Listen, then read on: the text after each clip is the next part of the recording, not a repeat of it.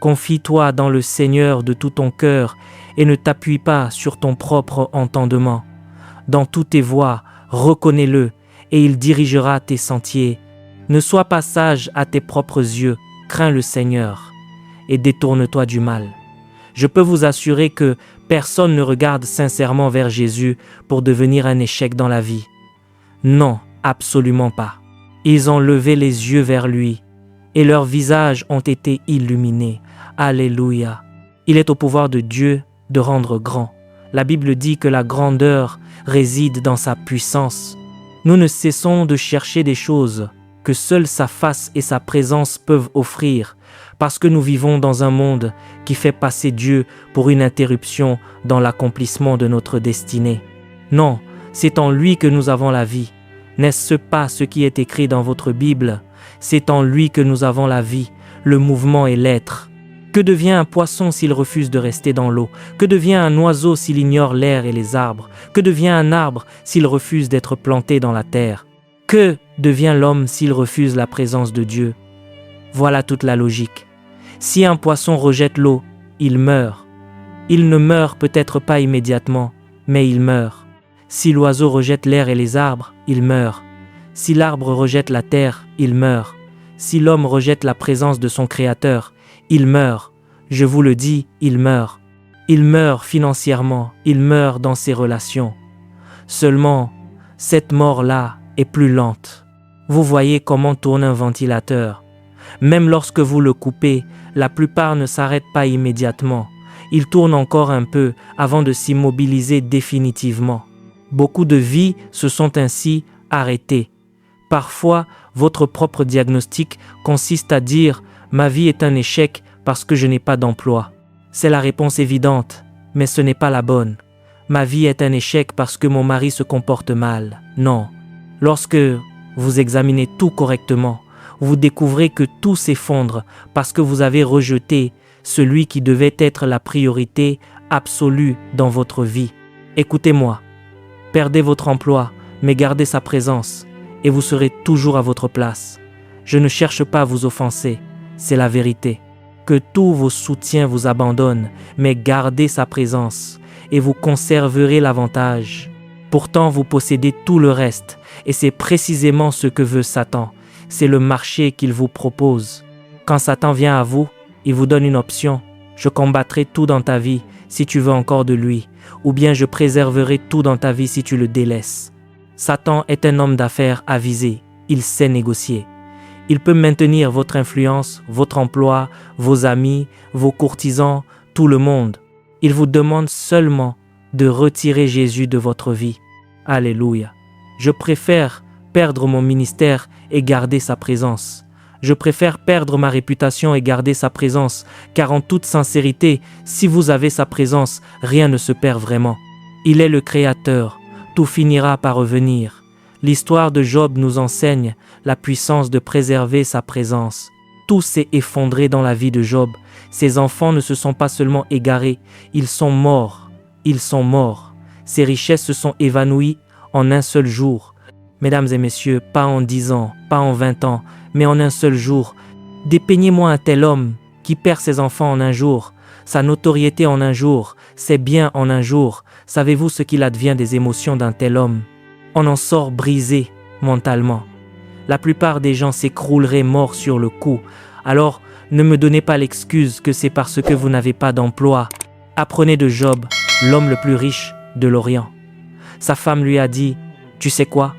Voici ce que je te recommande. Maudis Dieu et meurs. » Mais Job a répondu « Non, il est la seule personne qu'il me reste, l'ami plus attaché qu'un frère. Quand je perds, je suis dans la douleur, mais laissez-moi pleurer dans sa présence. Quand les gens me rejettent, je suis dans la douleur, mais laissez-moi pleurer dans sa présence. » Qui comprend cette leçon? Le genre de personne que Dieu utilisera comme un marteau d'armes sera fait d'hommes et de femmes qui ont contracté l'engagement solennel qu'aucune prospérité, aucune souffrance, aucune élévation ne les éloignera jamais du Seigneur. Je vous révèle un secret très puissant. Lorsque Dieu vous trouve dans cette disposition, il n'y a plus rien qu'il ne vous donnera. Avant de poursuivre cette vidéo, nous aimerions vous partager un message important. Si cette chaîne vous bénit, si les enseignements des différents prédicateurs fortifient votre foi et que vous aspirez à aller plus loin avec Dieu, nous vous recommandons vivement notre livre « Les généraux de Dieu ». Dans ce livre, vous découvrirez les habitudes spirituelles, le parcours, la consécration, les sacrifices et les principes bibliques qui ont marqué la vie des plus grands hommes et femmes de Dieu. Vous comprendrez également comment la puissance de Dieu s'est manifestée dans leur ministère et surtout, comment appliquer ces vérités bibliques dans votre propre vie afin de développer une relation plus profonde avec le Seigneur. Le lien pour vous procurer le livre se trouve dans la description de cette vidéo ainsi que dans le commentaire épinglé. Nous croyons sincèrement que cette lecture sera une source d'encouragement, d'inspiration et de croissance pour votre vie spirituelle. Merci pour votre soutien et votre fidélité à cette chaîne. Maintenant, revenons à notre enseignement. La plupart du temps, vous voyez des gens venir à Dieu mus par le besoin, et le besoin peut engendrer la fausseté. Seigneur, je t'aime, je te servirai tous les jours de ma vie. Donne-moi seulement un travail, donne-moi une épouse, donne-moi un mari, donne-moi des enfants. Quelque chose se produit chez les hommes lorsqu'ils sont dans le besoin. Ils mentent. Ils ne mentent pas parce qu'ils sont mauvais, ils mentent parce qu'ils sont humains. Observez les gens dans le besoin, il faut une intervention divine pour pouvoir croire ce qu'ils vous disent. Seigneur, je t'aimerai tous les jours de ma vie. Donne-moi simplement ce $1 million. Je t'en donnerai 500 000. Et si je ne le fais pas, tue-moi. Les croyants disent toutes sortes de choses. Si vous désirez le connaître, la preuve que vous l'aimez est qu'il devient la priorité absolue dans votre vie. Il y a beaucoup de gens qui aiment le Seigneur, mais il n'est pas leur priorité. Non, il ne l'est pas. Ils l'aiment comme une partie de beaucoup d'autres choses qu'ils aiment et sa position varie selon les circonstances. S'ils ont un travail, il passe au premier plan. S'ils le perdent, il passe au second plan. Mais il y en a qui l'ont gardé au centre même de leur cœur. Qu'est-ce qui nous séparera de l'amour du Christ? Voilà le genre de christianisme que beaucoup n'ont jamais entendu. Leur pratique de la foi est extrêmement conditionnelle. Lorsqu'ils disent « je t'aime », cela signifie en réalité « merci de m'avoir donné un travail, merci de m'avoir donné un enfant ». La question est « et si les choses tournent mal, pouvez-vous encore demeurer là ?» Job a dit « quand bien même il me tuerait, j'espérerai en lui ». Même sans que rien ne fonctionne dans sa vie, voilà comment l'on se réveille chaque matin, en l'aimant chaque jour, en l'adorant à ses pieds, en étudiant la parole, en apprenant ses voies. Vous semblerez peut-être être un échec pendant un temps, mais observez ce que vous devenez dans sa présence. Vous êtes affiné dans sa présence. Il vous bâtit, il vous façonne. Écoutez-moi, c'est ainsi que l'on forme les grands hommes. Ils ne se façonnent pas en cherchant la notoriété. Ils ne se façonnent pas en allant sur les réseaux sociaux pour demander au monde de les suivre. Ce n'est pas ainsi que nous nous élevons dans le royaume. Le secret de la visibilité est de demeurer là et de chérir sa présence plus que votre nourriture quotidienne. Il y a des prédicateurs qui désirent la puissance, mais ils la cherchent hors de sa présence. Il y a des gens qui désirent la richesse. Ne savez-vous pas qu'une seule idée venue de sa présence peut redéfinir les 10 prochaines années de votre vie? Mesdames et messieurs, répondez-moi, d'où Salomon, l'homme le plus riche, a-t-il tiré sa sagesse? Cela dépassait toute école de commerce, sans vouloir dénigrer les écoles de commerce. Qu'est-ce qui vous fait croire que la présence de Dieu ne peut pas vous donner une seule idée qui redéfinira vos finances?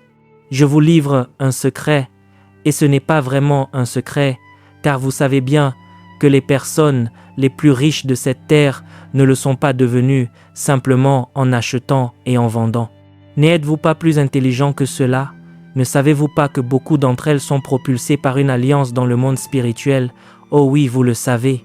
Je ne fais que vous rappeler ce qui vous fait croire cela. J'espère vous enseigner un peu sur les autels. Je veux vous montrer comment être libre, la loi de la liberté, mais cela commence par votre vie d'amour. Je révèle un secret pour beaucoup d'entre vous ici. C'est une conférence de renouveau, elle s'intitule « Monte ici ». Oubliez toute transaction avec Dieu. Si vous n'avez pas un cœur pour Dieu, vous pouvez avoir un cœur pour le ministère, vous pouvez avoir un cœur pour l'Église, vous pouvez avoir un cœur pour un pasteur et ne pas avoir un cœur pour Dieu. Je ne vous demande pas si vous allez à l'Église, c'est formidable si vous le faites. Je ne vous demande pas si vous aimez Joshua Selman, c'est formidable si c'est le cas. L'aimez-vous lui? L'aimez-vous? Simon, fils de Jonas, il a dit, « M'aimes-tu plus que ne le font ceux-ci ?» Alléluia. Lorsque vous l'aimez, il devient votre priorité. Lorsque vous l'aimez, vous le placez à une position que l'argent ne peut atteindre. Vous le placez à une position que les amis ne peuvent atteindre. Vous le placez à une position que la persécution ne peut atteindre. Rien de ce qui se produit autour de votre vie ne devrait altérer votre amour pour Jésus. Si tout va bien, gloire soit rendue à Dieu, mais il reste le Seigneur. Si tout tourne mal, gloire soit rendue à Dieu, mais il reste le Seigneur. Voilà le véritable chrétien. Un chrétien conditionnel ne sera pas un hôte digne de la puissance et de la grâce de Dieu pour les nations. Quelqu'un comprend-il cette leçon?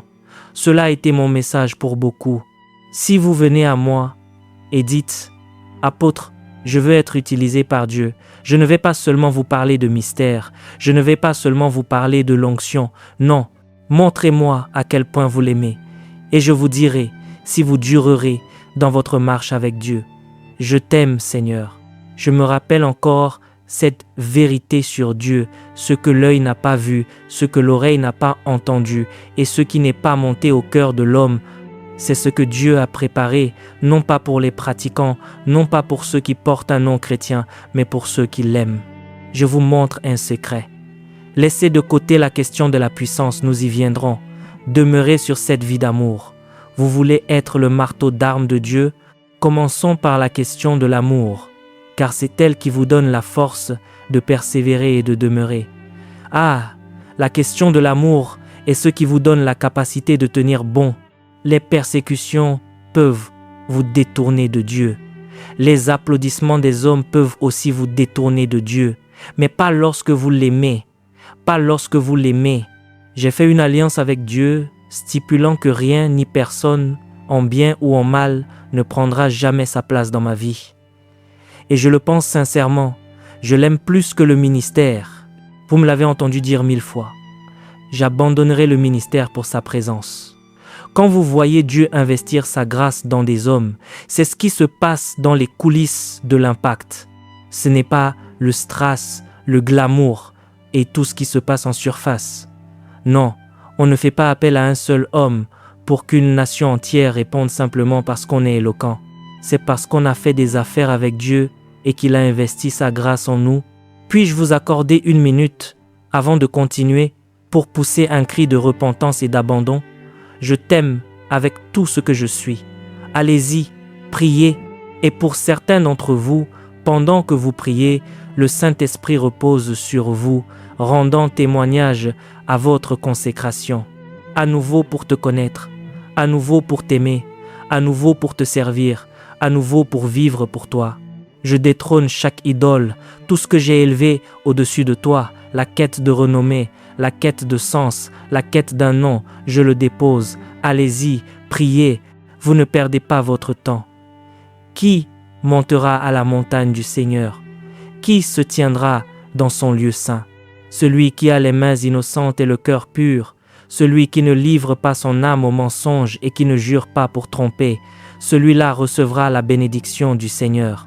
Un homme de Dieu revient à Jésus dans une sincère repentance. Un homme d'affaires revient à Jésus en faisant de lui sa priorité à nouveau, sa priorité à nouveau, sa priorité. Dans le nom glorieux de Jésus, nous prions. Père, nous décrétons et déclarons que tu trouveras un peuple consacré, un peuple mis à part pour ta gloire, un peuple qui t'aime de toute sa vie jusqu'à la mort. Pas un amour conditionnel, pas un amour de circonstance, un peuple qui t'aime au-delà de ta main, un peuple qui t'aime au-delà de tes dons, un peuple qui t'aime pour ce que tu es. Au nom de Jésus, veuillez vous asseoir. Voilà donc la première clé. Dieu cherche des hommes et des femmes qui désirent le connaître, désirent l'aimer et feraient de lui la priorité de leur vie. Deuxièmement, allons plus loin à présent. Dieu cherche des personnes Écoutez attentivement, qui possède le niveau requis d'intelligence spirituelle pour enfanter et exécuter son programme. C'est la seconde exigence.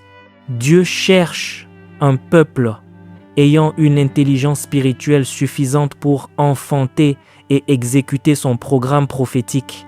Veuillez noter cela. Job, chapitre 38, verset 33 dit « Connais-tu les lois du ciel? Peux-tu établir sa domination sur la terre? Écoutez-moi. Aimer Dieu est une chose merveilleuse. C'est une affaire personnelle.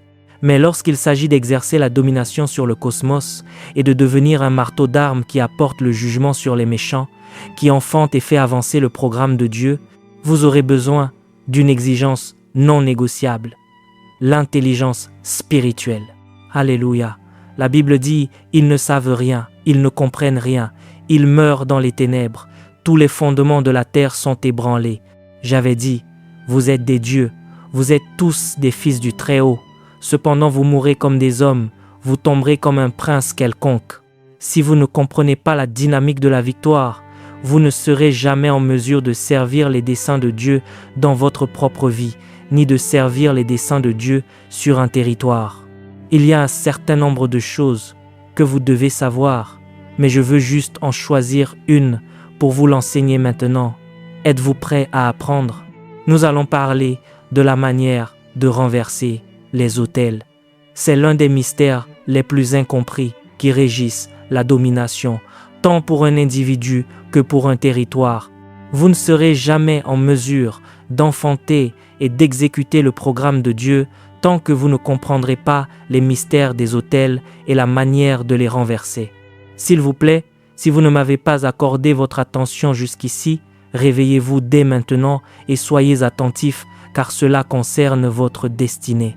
Vous ne pourrez jamais, je le répète, exercer une domination sur les dominations, les puissances, les systèmes et les structures si vous n'avez pas une intelligence spirituelle suffisante pour comprendre les autels et savoir comment les renverser. Voulez-vous prier en esprit un instant? Là où nous nous arrêterons, nous reprendrons plus tard, mais vous devez entendre ceci. Priez dès maintenant. Vous ne pouvez pas être son marteau d'armes dans l'ignorance. Il y a beaucoup de choses que vous devez savoir, mais l'une d'elles, directement liée à la manifestation de votre domination, est la façon de renverser les autels. Au nom puissant de Jésus, nous prions. Veuillez vous asseoir. Hâtons-nous, et là où nous nous arrêterons, nous pourrons faire une pause pour continuer ce soir. C'est une conférence. Vous voyez, l'ignorance est une chose terrible. Je vous le dis, la sincérité du cœur ne résout pas le problème de l'ignorance. On peut être sincèrement ignorant. Je vais vous montrer pourquoi de nombreux croyants à travers divers territoires ne s'élèvent pas. Parmi toutes les choses qu'ils doivent savoir, l'Écriture dit que si ces choses sont en vous et y abondent, elles ne vous laisseront ni improductifs ni stériles. De nombreux croyants se contentent de vivre leur vie et d'attendre que ce qui doit arriver arrive. Ils ne comprennent pas qu'au milieu des coïncidences, des prétendues coïncidences, il existe un rythme spirituel qui régit les événements et les issues de votre existence. Je vous le dis, vous ne pouvez pas traiter avec Dieu à l'échelle d'un territoire si vous ne comprenez pas les autels. Dans Jérémie chapitre 1 verset 10, il est écrit « Regarde, je t'établis aujourd'hui sur les nations et sur les royaumes. Quelle est la mission? Pour arracher, pour abattre, pour détruire, pour renverser, pour bâtir et pour planter. » Veuillez le relire et remarquer la progression de cette mission. Voyez-vous que la plantation vient plus tard?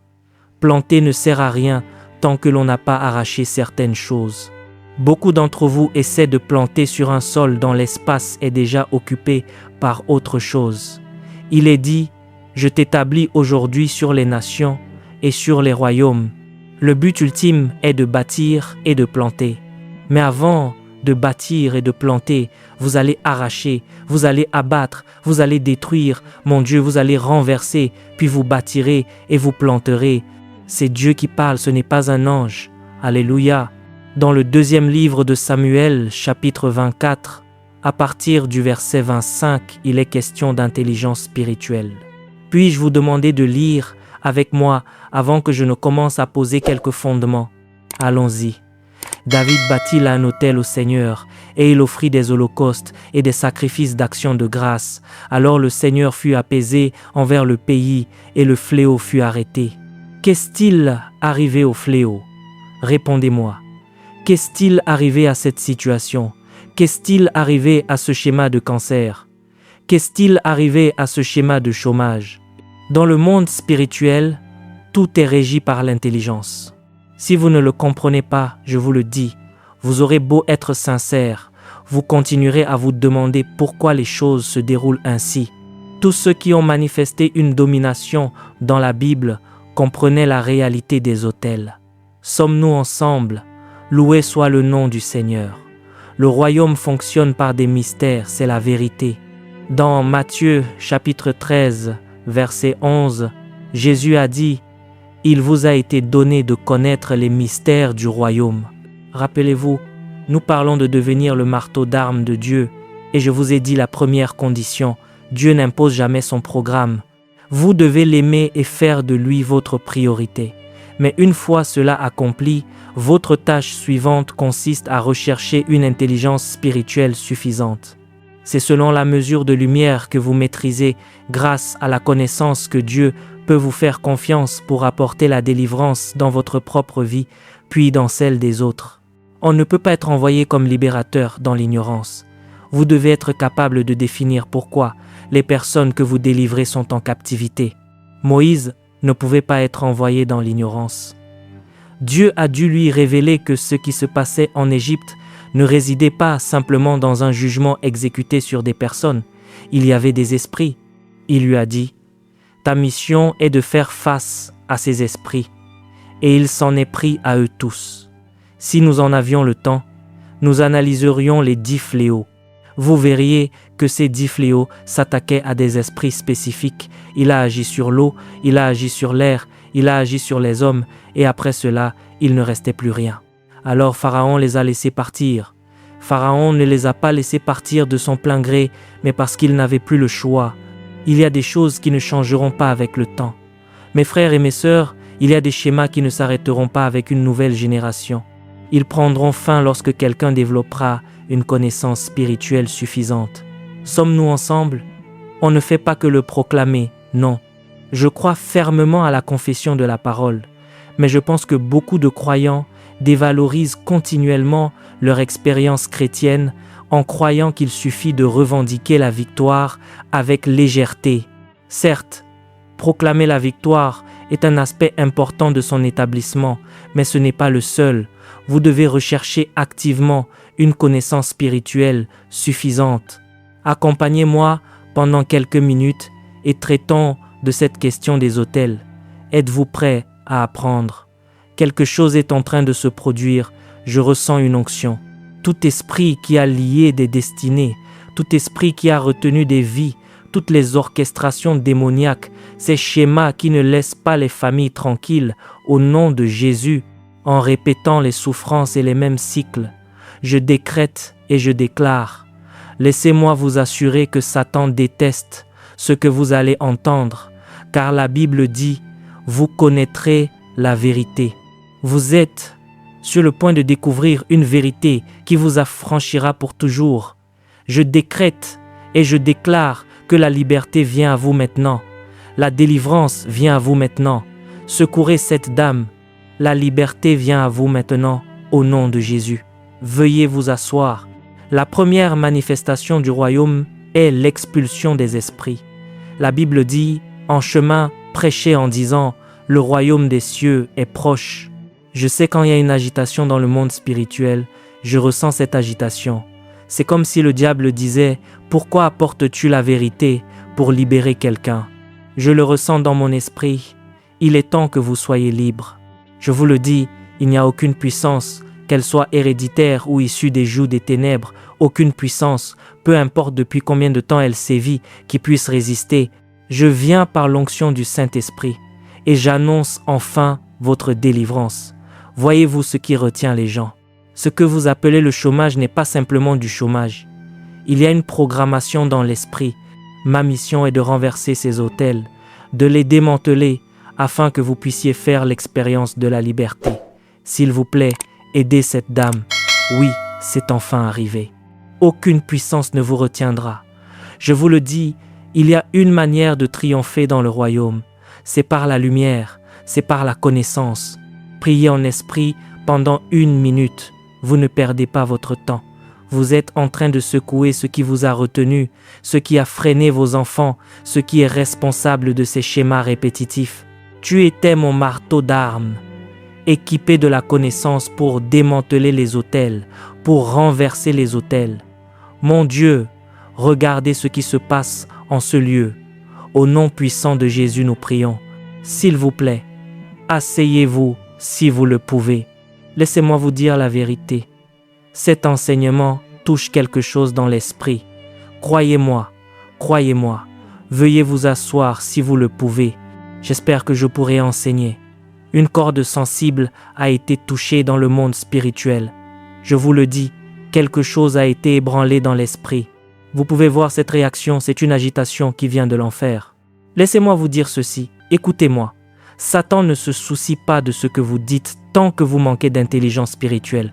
Vous pouvez parler autant que vous voulez. Mais dès qu'il s'agit de la puissance libératrice de Dieu, certains d'entre vous seront surpris de voir des chaînes tomber tout simplement. Littéralement, je pèse mes mots. Des chaînes vont tomber ici même durant ce service, car lorsque la lumière arrive, elle brille à travers les ténèbres. Alléluia. Veuillez vous asseoir. Encouragez-moi à enseigner. Asseyez-vous, asseyez-vous.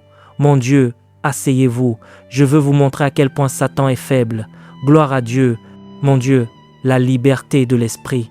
La liberté de l'esprit. Regardez ce qui se passe. La liberté par la puissance de Dieu. La liberté par l'esprit de grâce. La liberté, c'est ici que cela s'arrête. C'est ici que cela s'arrête. Alléluia. Loué soit le nom du Seigneur. Il nous reste quelques minutes pour conclure la session du matin. Permettez-moi d'introduire le sujet des autels et nous le traiterons en profondeur ce soir. Mais j'ai une assurance venant de Dieu. Vous serez émerveillés de voir comment les choses vont changer dans votre vie. C'est la vérité. Maintenant, vous comprendrez ce que la Bible veut dire par « vous connaîtrez la vérité et la vérité vous affranchira ». Alléluia. C'est pourquoi, pour certains d'entre vous, le diable a combattu votre venue ici. Il a combattu pour que vous n'entendiez pas ceci, parce qu'il veut répéter la souffrance à nouveau. Tel père, tel fils, telle mère, telle fille. Non, monsieur, cela s'arrête ici. Cela s'arrête ici. Je le dis prophétiquement, cela s'arrête ici. Ces schémas s'arrêtent ici. Peu importe depuis combien de temps cela dure, cela s'arrête ici. Vous allez expérimenter la glorieuse liberté des saints. Alléluia. Veuillez vous asseoir. Essayons à nouveau, veuillez vous asseoir. Je n'aime pas briser cet élan, j'essaye seulement de discerner ce que Dieu accomplit. S'il veut simplement que nous persévérions ainsi, je n'interromps pas ce qu'il fait. Mais je veux que vous sachiez que quelque chose se produit. C'est comme un déliement. C'est ce que je ressens dans mon esprit. Honnêtement, un déliement. Lorsque Lazare est sorti, il était entouré de bandes d'outre-tombe. Il a dit déliez-le, déliez-le, déliez-le.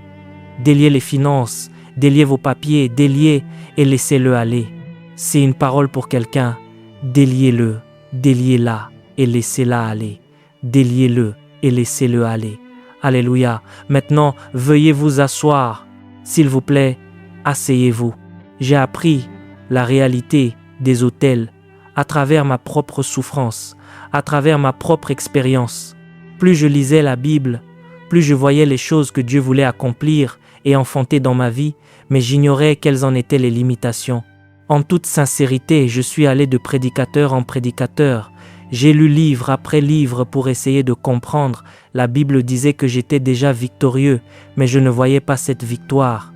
Je confessais la parole, je faisais tout ce que je savais faire, mais je continuais de voir les mêmes schémas se répéter. Il semblait que ma prière et mon activité spirituelle n'avaient aucun impact dans le monde spirituel.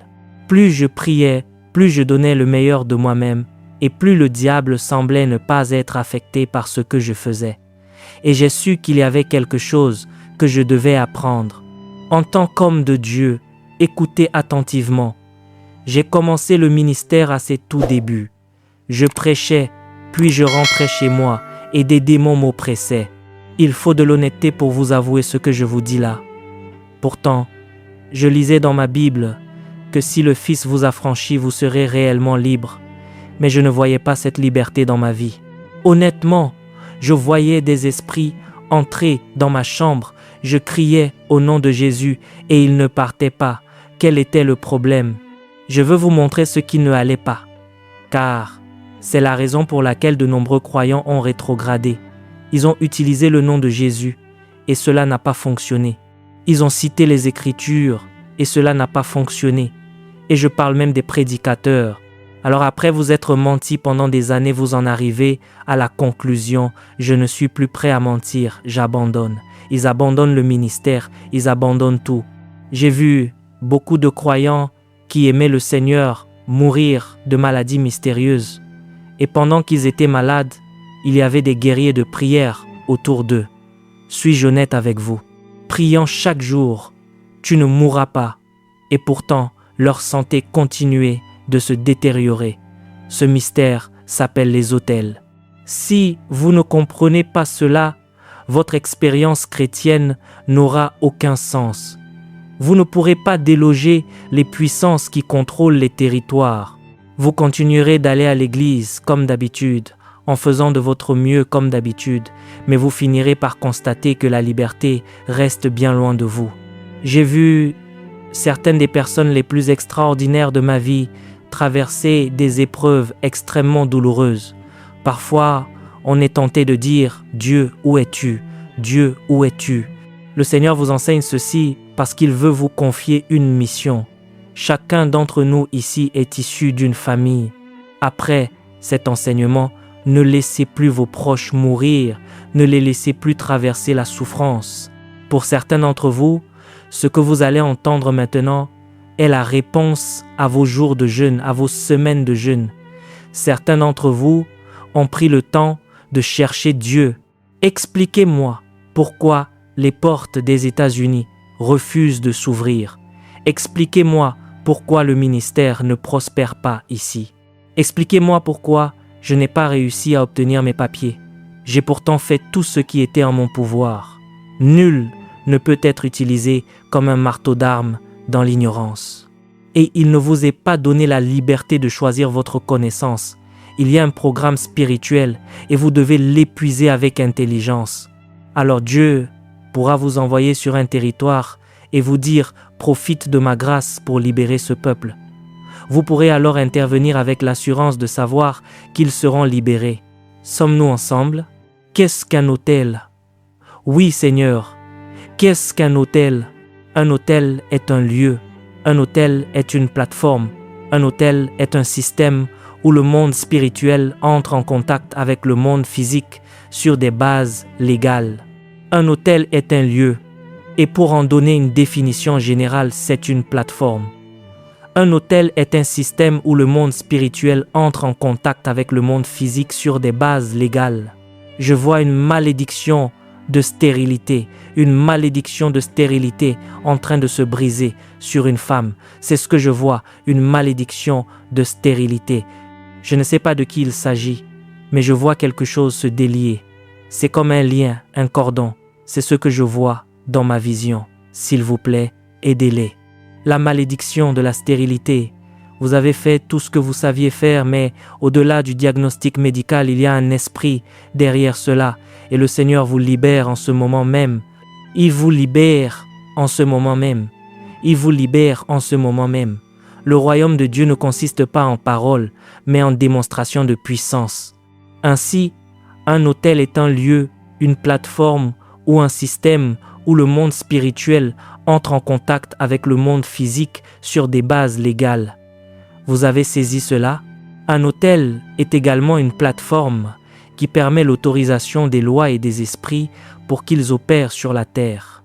Je le répète, un autel est aussi une plateforme pour l'autorisation des lois et des esprits afin qu'ils agissent sur la terre. Les autels légitimant les opérations des esprits sur la terre. Notez cela. les autels légitimant les opérations des esprits sur la terre. Or, pour tous les esprits, il existe une loi dans ce domaine qu'est la terre. Les seuls à qui Dieu a donné autorité sont les esprits dotés d'un corps. Tout esprit sans corps ne peut pas opérer légalement sur la terre. Sommes-nous ensemble? Dès lors qu'un esprit n'est pas hébergé dans une enveloppe matérielle, il ne peut pas agir. Même le Saint-Esprit en tant qu'Esprit de Dieu dépend de son partenariat avec les hommes pour accomplir ses fonctions. Les esprits démoniaques dépendent de leur partenariat avec les hommes. Maintenant, vous comprenez le concept des autels. Les autels légitimant les opérations des esprits sur la terre. Veuillez noter ceci. Un autel est à nouveau une plateforme où les alliances sont activées et maintenues. Si je m'arrête à vous donner la définition, nous ferons une pause et nous reviendrons. Mais vous devez apprendre ceci. Premièrement, un autel est un lieu, une plateforme ou un système où le monde spirituel entre en contact avec le monde physique sur des bases légales. Deuxièmement, un autel est une plateforme pour autoriser les lois et les esprits à opérer sur la terre. Troisièmement, nous avons dit que les autels légitimant les opérations des esprits sur la terre. Sans autel, tout esprit opère de manière illégale. Quatrièmement, les autels sont une plateforme où les alliances sont activées et maintenues. N'oubliez pas cela. Un autel crée la plateforme où les alliances sont activées et maintenues. Écrivez ceci. Les autels peuvent être des monuments physiques. Les autels peuvent être des institutions. Les autels peuvent être des hommes, des personnes. Un individu peut être un autel. Les autels peuvent être des monuments physiques, des institutions, des hommes ou encore des plateformes non matérielles comme les paroles. Une parole peut être un autel. Elle est immatérielle, mais elle est réelle. Sommes-nous ensemble? Maintenant, laissez-moi vous dire ceci. Les patriarches exerçaient une domination sur la terre, non pas nécessairement en raison de leur taille ou de leur stature physique, mais parce que on leur avait enseigné le mystère des autels et qu'ils le comprenaient. Aujourd'hui, notre conception des autels n'est pas identique à ce qu'ils faisaient, vous allez l'apprendre, mais le principe reste le même. Lorsque vous constatez une manifestation généralisée de quoi que ce soit sur un territoire, c'est parce qu'un autel lui en a donné l'accès. Sommes-nous ensemble? C'est important. Les autels, comme je l'ai écrit ici, permettent à toutes sortes d'esprits de trouver leur expression sur la terre parmi les hommes. Les autels permettent à toutes sortes d'esprits de s'exprimer sur la terre. Vous avez bien noté cela? Quelle est la mission principale d'un autel? Je vais vous la dire. La mission principale d'un autel est de fournir un partenariat humain et d'apporter une autorisation. S'il vous plaît, vous devez écrire ceci. La mission principale d'un autel est de fournir, premièrement, un partenariat humain. Deuxièmement, des autorisations. Troisièmement, la continuité. Et quatrièmement, la discontinuité à toute activité spirituelle sur la terre, qu'elle soit divine ou démoniaque. C'est le résumé de tout ce que j'ai dit sur les autels. La mission principale d'un autel est de fournir un partenariat humain, de donner une autorisation, d'assurer la continuité et de provoquer la discontinuité de toute activité spirituelle sur la terre, qu'elle vienne de Dieu ou du diable. S'il vous plaît, mettez un astérisque devant cette affirmation. C'est une règle d'or. Si vous devez travailler à la domination territoriale, la mission d'un autel est d'offrir un partenariat humain pour apporter l'autorisation, la continuité et la discontinuité. Ainsi, en un mot, un autel est simplement une plateforme de partenariat, c'est cela. En une seule expression, je dirais qu'un autel est une plateforme de partenariat. Vous pouvez l'appeler une table de négociation spirituelle. Un autel est une table de négociation spirituelle où l'on décide des questions qui touchent à la destinée des hommes. Lorsque la décision y est enfantée, elle est ensuite exécutée sur la terre. Nous avons essentiellement deux types d'autels. Premièrement, les autels maléfiques ou démoniaques. Les autels maléfiques ou démoniaques sont des systèmes d'autorisation qui permettent à la puissance des ténèbres d'opérer au sein d'une vie, d'une famille, d'une communauté ou d'une nation sur une base légale. Je le répète, les autels maléfiques ou démoniaques sont des systèmes d'autorisation établis par lesquels les ténèbres ou les opérations des ténèbres sont autorisées dans une vie, dans une famille, dans une communauté et dans une nation sur une base légale. Savez-vous ce que cela signifie? Lorsque vous voyez une manifestation généralisée du crime, du viol, de la violence, de la drogue, sommes-nous ensemble? Dès que vous voyez un schéma généralisé, il ne s'agit pas seulement du mauvais comportement d'un individu. C'est qu'un autel a été alimenté sur ce territoire. Sommes-nous ensemble? Et il existe un système qui permet l'opération légitime des esprits ténébreux sur des vies, sur des familles, sur des territoires et ensuite sur des nations. C'est la vérité. Le deuxième type d'autel que nous avons s'appelle les autels divins ou autels de justice. Tout comme un autel démoniaque, c'est un système de partenariat qui permet l'opération du Saint-Esprit, un système de partenariat qui permet l'opération du Saint-Esprit, des anges et de la parole de Dieu pour agir avec efficacité en faveur d'un individu. Lisons ensemble dans Juges chapitre 6, les versets 25 et 26. Nous avons donc un autel maléfique ou démoniaque et nous avons un autel juste ou divin. D'un côté, l'autel maléfique donne de la puissance et légitime l'opération des démons et des esprits des ténèbres sur des vies, des familles, des entreprises, des communautés, des institutions. Et d'un autre côté, un autel juste donne de la puissance à l'opération du Saint-Esprit, des anges et de la parole de Dieu pour qu'ils agissent efficacement pour un individu. Lisez avec moi, s'il vous plaît. Juges chapitre 6, versets 25 et 26. Prêt? C'est parti. Prends le jeune taureau de ton père et un second taureau de 7 ans. Renverse l'autel de Baal qui est à ton père et abat le pieu sacré qui est dessus, les autels maléfiques, et tu bâtiras un autel au Seigneur ton Dieu, sur le sommet de ce rocher, dans l'ordre convenu. Tu prendras le second taureau et tu offriras un holocauste avec le bois du pieu sacré que tu auras coupé. Il a donc dit à Gédéon, tu veux la victoire, tu veux être libéré des limitations de la maison de ton père. Je t'informe qu'il existe 2 systèmes d'autorisation. L'un a déjà été établi par ton père et tu en es la victime. Tu as la responsabilité de le renverser et ensuite bâtis un autel au Seigneur et alors tu l'emporteras. Voilà pourquoi Gédéon a vaincu. Voilà pourquoi sa vie a changé. Voilà pourquoi son histoire a changé. Sommes-nous ensemble?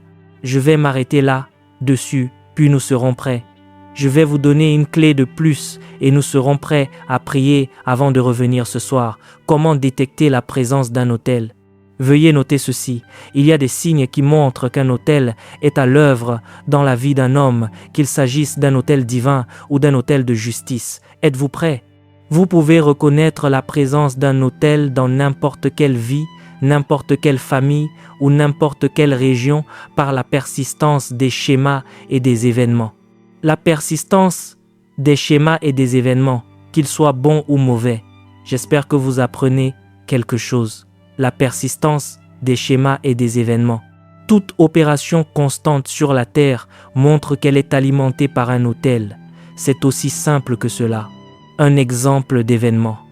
Les infirmités et les maladies mystérieuses. Avez-vous déjà vu des personnes subir ces schémas répétitifs?